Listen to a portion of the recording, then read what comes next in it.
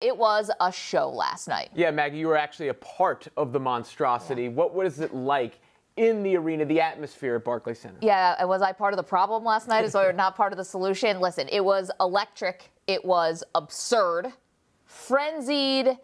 It was all being done with a wink and a nod. And I have no doubt now, after watching this crowd and hearing the conversations, that this will break the all-time pay-per-view record, 4.6 million buys. That was from Mayweather and Pacquiao. You mentioned, Conor's coat, Floyd draped in the Irish flag. They were able to escalate the drama and the foolishness to a place that I didn't even think that we could go. We got there, and now we're going to have even another stop on the tour when they go to London today.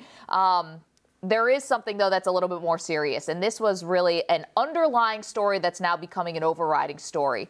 And this was really about the racist and racially insensitive comments that Conor has been accused of making. And I'll say this, after the performance, when they were backstage behind the scenes, and I got a chance to interview both of the fighters, they are really trying to walk this back. I don't think either one of them wants this fight to be about race or to have these racial undertones. For Conor, this does absolutely nothing for his brand. If he wants to go to Hollywood someday, carrying baggage of being potentially racist or of saying racist things will not help him in his next endeavor, whatever that may be.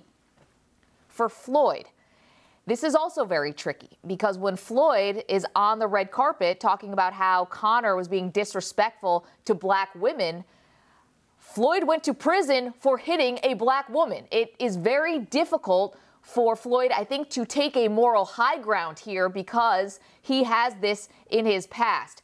You saw it on stage.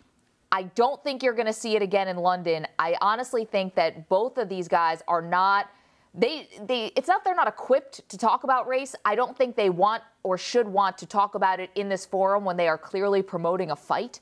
And for that reason, I think you're going to see that kind of language from Conor definitely being pulled back. Well, I think what you've seen, too, is it was maybe thrown out there to be inflammatory, to hype this fight up, and they didn't realize how quickly the gas would hit that flame. And when it combusted, and that's the direct first question Conor McGregor is being answered, and Floyd Mayweather then has to respond to that, that is taking them out of their element a little bit. It's actually, a much more serious metaphor for Conor McGregor going from the octagon to a boxing ring, because these guys are not really the people we're looking for to be the lead voices on such a topic. Being backstage, the first question or second question that any of the fighters or anyone involved with the fight were getting were direct. Is Conor a racist? That is not, even in this hype machine of every last dollar and getting every last penny, I honestly do not believe that is the conversation that they want around this fight.